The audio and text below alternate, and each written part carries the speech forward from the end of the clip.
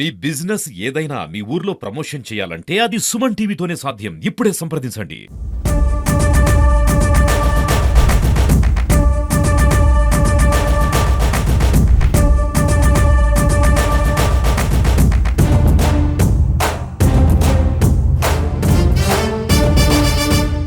యాదాద్రి భువనగిరి జిల్లా యాదగిరిగుట్ట మండలం పెద్ద కందుకూరు గ్రామం.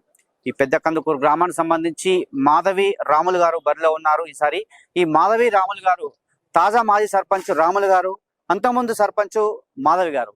మరి రెండు పర్యాయాలు కూడా పెద్ద కందుకూరును ఎంతో అభివృద్ధి చేశాము, ఎన్నో కార్యక్రమాలు చేశాను. ఇప్పటికీ పెద్ద కందుకూరు అభివృద్ధి పదంలో ముందుకుంది.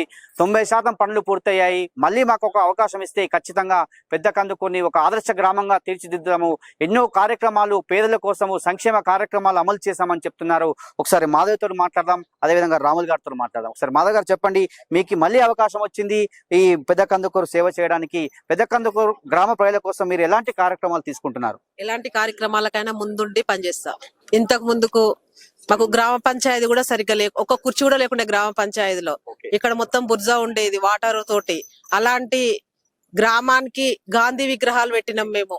మంచినీటి సౌకర్యం పూర్తిగా కల్పించాము. ఇక్కడ అండర్ గ్రౌండ్ డ్రైనేజ్ చేసినాము. చిన్న ప్రైమరీ స్కూలు 2 గదులు కూడా ఒక అమెరికా ఎన్ఆర్ఐ తోటి 2 గదులు కూడా నిర్మించాము. అండర్ గ్రౌండ్ డ్రైనేజీ కంప్లీట్ చేసినాము. మంచినీటి సరఫరా.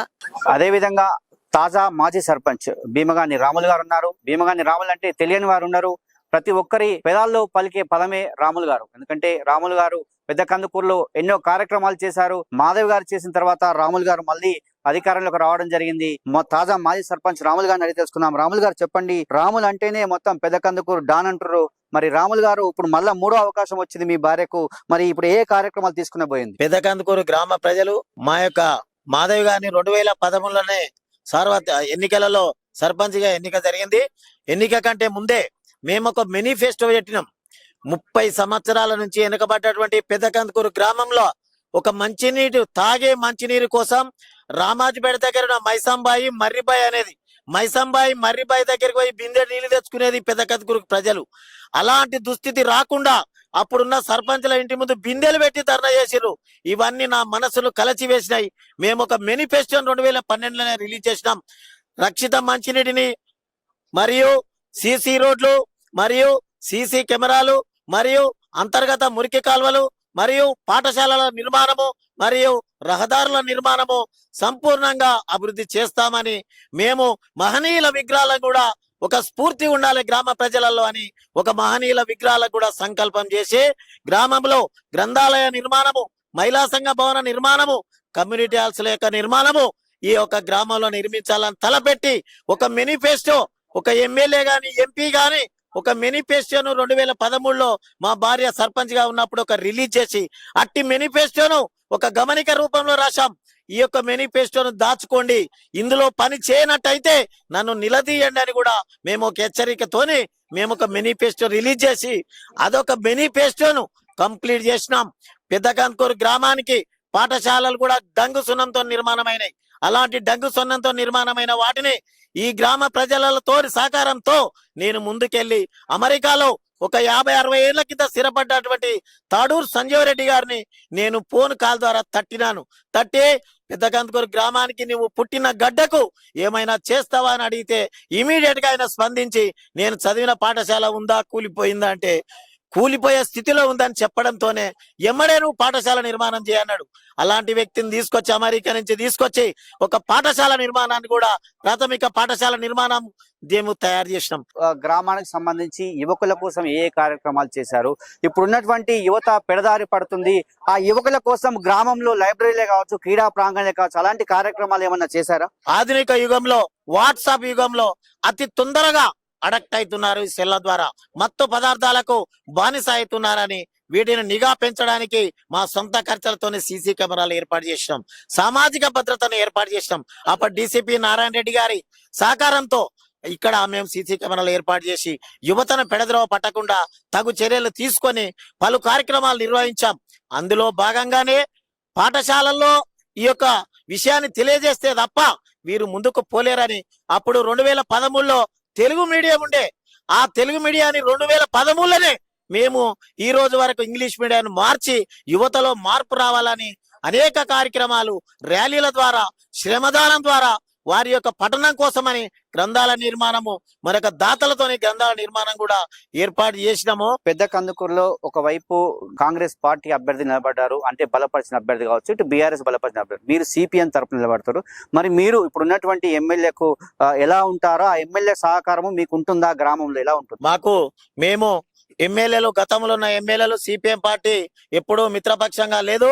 ఒక పెద్ద కందుకూరు గ్రామం చేయబట్టుకునే ఈ యొక్క ఆలేరు కాన్స్టిట్యూన్స్ లో ఒక బడుగు బలహీన బహుజనుల బిడ్డ బీర్లా ఐలయ్య గారు గెలవాలని గెలుపు కోసం సిపిఎం పార్టీ రాష్ట్ర శాఖ నుంచి జిల్లా శాఖ వరకు ఒక ఆలేరులో మాత్రమే అతనిపై పోటీ పెట్టకుండా రేపు బడుగు బలహీన వర్గాల అభ్యర్థి కాబట్టి గ్రామాల అభివృద్ధి చెందుతాయి కాబట్టి మేము సపోర్ట్ చేసి అతని పైన సిపిఎం పార్టీగా అభివృద్ధి కోసం సిపిఎం పార్టీ అభ్యర్థిని పెట్టలేదు. ఆయన గెలుపుకు పాటుపడినాం. ఈ రోజు మాకు గెలుపు కోసమే సహకరిస్తాడు. మా ఎమ్మెల్యేనే చెప్పుకుంటున్నాం, ప్రజలు మాత్రం మా ఎమ్మెల్యేనే చెప్పుకుంటున్నారు. దాంట్లో ఏ విధమైనటువంటి విభేదాలు లేవని కూడా నేను తెలియజేస్తా ఉన్నాను. ఈ గ్రామానికి సంబంధించి మరి ఇందిరమ్మ ఇండ్లే కావచ్చు, వివిధ సంక్షేమ పథకాలే కావచ్చు, మరి ఆ కార్యక్రమాలను మీరు ఒకవేళ మిమ్మల్ని గెలిపిస్తే ఎలా ముందుకు తీసుకుపోతారు? పెద్ద కందుకూరు గ్రామంలో ఇండ్లు లేని నిరుపేదల కోసమై ఖచ్చితంగా ల్యాండ్ లేని ప్లాట్లు లేని నిరుపేదల కోసమై మొదటగా వాటిపై మేము చర్య తీసుకొని ఆ యొక్క గవర్నమెంట్ ద్వారా ఖచ్చితంగా ఈ యొక్క భూమి కొనుగోలు చేపించి నిరుపేదలు ఉన్నారు సార్, ఖచ్చితంగా గ్రామాల్లో నిరుపేదలు ఉన్నారు. వారి కోసం కొంతమందికి మొన్న ప్లాట్లు లేని వాళ్ళకంటే ప్లాట్లు ఉన్న వాళ్ళకే మొదలు ప్రియారిటీ ఇచ్చింది. మా వంతుగా మేము ప్లాట్లు కల్పిస్తూ ఇందిరమ్మ ఇల్లు నిర్మించడానికి కోసమై పెద్ద కందుకూరు గ్రామంలో గృహరహిత గ్రామం కాదు, ఇది గృహ సహిత గ్రామం అని సంపూర్ణ గృహ సహిత గ్రామంగా తీర్చిదిద్దుతామని కూడా తెలియజేస్తా ఉన్నాను. మీకు మూడవసారి ఒకవేళ అవకాశం ఇచ్చినట్లయితే ఈ గ్రామ ప్రజల కోసం కావచ్చు, అదే విధంగా యువత కోసం కావచ్చు, మీరు ప్రధానంగా ఇంకా ఎందుకంటే ఇప్పటికే ఒక అన్ని పనులు పూర్తి చేశామంటారు కదా, ప్రధానంగా ఫైనల్ గా ఇంకా ఏ సమస్యలు గుర్తించారు? ఫైనల్ గా మీరు ఈ బరిలో ఎలా ఉండబోతున్నారు? ఇదొక జియోగ్రాఫికల్ గా పెద్ద కందుకూరు గ్రామానికి ఏమి కావాలనో ఒక 50 ఏళ్ల విజన్ నేను కలగని ఉన్నాను. 50 సంవత్సరాల విజన్ కోసమై యాదగిరి గుట్ట నుంచి పెద్ద కందుకూరుకు 70 ఏళ్ల స్వతంత్రం వచ్చిన బీటీ రోడ్ లేని సందర్భంగా నేను భిక్షమెత్తి, మీకు అందరికి తెలిసే ఉంటది, సుపరిచితమే, భిక్షమెత్తి నేను ఆ రోడ్డు నిర్మాణం కోసమై నేను శ్రమోర్చిన కార్యకర్తలతో నా గ్రామ ప్రజలతో రోడ్డు నిర్మాణం చేసుకున్నాం. రేపు గెలవగానే ఈ యొక్క పెద్ద కందుకూరు గ్రామానికి ఒక సామాన్య సర్పంచ్ గా నేను మన రాష్ట్ర ముఖ్యమంత్రి రేవంత్ రెడ్డి గారిని తీసుకొచ్చి ఈ యొక్క పెద్ద కందుకూరు 40 కోట్ల డిపిఆర్ ను నేను ప్రవేశపెట్టి ఒక బహిరంగ సభను కూడా ఇక్కడ ఏర్పాటు చేపించి వీధి వీధిన ముఖ్యమంత్రి గారిని ప్రజాస్వామ్యంలో ప్రధానమంత్రిని దర్వాజా తట్టొచ్చు, ఆయనను తీసుకురావచ్చు. ఆ విషయం ఒక చదువుకున్న వాళ్ళకే తెలుస్తుంది తప్ప బేరగాళ్ళకి తెలియదని కూడా నేను మరొకసారి తెలియజేస్తా ఉన్నా. మురుగునీరు వ్యవస్థ ఇబ్బందిగా ఉంది, మేము అండర్ గ్రౌండ్ వేసిన కాబట్టి సంపూర్ణ ఈ యొక్క మురుగునీరు అండర్ డ్రైనేజ్ ఏర్పాటు చేస్తాం. ఈ పెద్ద కందుకూరు గ్రామాల హైవే పైన ఒక భారీ function hall, commercial function hall ను ఏర్పాటు చేస్తాం. ఇక్కడి నుంచే మేధావులు తయారు చేయాలి, ఈ పాఠశాల నుంచే తయారు చేయాలని ఒక దృఢ సంకల్పంతో నేను ముందుకెళ్తా ఉన్నాను. నా గ్రామ ప్రజలు ఇవాళ నేను ఓటు అడుగుతుంటే నా గుండెలు కదిలిపోతున్నాయి. మాలో ఒక కుటుంబ సభ్యునిగా నువ్వు చావు బతుకులకు ఎక్కడైనా ఆపద వస్తే రాములు వచ్చిండు. నా గుర్తు, మా భార్య యొక్క గుర్తు ఏంటంటే ఫుట్బాల్ గుర్తు. గతంలో ఉంగరం గుర్తు గెలిచినాం, కత్తెర గుర్తు గెలిచినాం, భగవంతుడు గెలవని గుర్తు ఇచ్చిండు, మళ్ళీ దీని మీద గెలవమని, ఫుట్బాల్ ఆడుకోమని కూడా చెప్పిండు అని కూడా మీ అందరికి తెలియజేస్తా ఉన్నాను. అభివృద్ధి విషయంలో ఫుట్బాల్ ఆడమంటున్నాడు, ఫుట్బాల్ ఆడేస్తాం అభివృద్ధిని అని కూడా తెలియజేస్తా ఉన్నాను. పెద్ద కందుకూరుకు సంబంధించి 2 పర్యాయాలు భీమగాని రాములు మాధవి గారి యొక్క వారి యొక్క అంటే వారి గ్రామంలో చేసేటువంటి సేవలను ఇంకా కూడా చెప్పుకుంటూ పోతే ఎన్నో ఉన్నాయంటున్నాడు. ఖచ్చితంగా మూడవసారి నాకు అవకాశం ఇస్తే ఇక్కడ ఉన్నటువంటి గ్రామ ప్రజల కోసము, ప్రతి పేదవాడి కోసము కమ్యూనిటీ హాల్సే కావచ్చు, అదేవిధంగా ఒక సీఎం రేవంత్ రెడ్డి సభ ఇక్కడే పెట్టిస్తా, 40 కోట్ల ప్రాజెక్టు తీసుకొస్తాను, సుందరీకరణ, చెరువుల సుందరీకరణ చేపిస్తా, ఇంకా ఎన్నో కార్యక్రమాలు, అంటే మొత్తానికి నేను ఎన్నో కార్యక్రమాలు చేశాను. ఇంకా మిగిలినటువంటి కార్యక్రమాలను పక్కగా ఈసారి నాకు అవకాశం ఇచ్చి నన్ను గెలిపించానని చెప్పి భీమగాని రాములు మాధవ్ గారు చెప్తున్నారు. ఎందుకంటే సిపిఎం పార్టీలో ఉన్నప్పటికీ ప్రతి ఒక్కరితో పరిచయం ఉన్నటువంటి వ్యక్తి అని చెప్పవచ్చు, ఎక్కడికైనా వెళ్ళి పని చేసుకోవచ్చే సత్తా ఉన్నటువంటి వ్యక్తి అని చెప్పవచ్చు.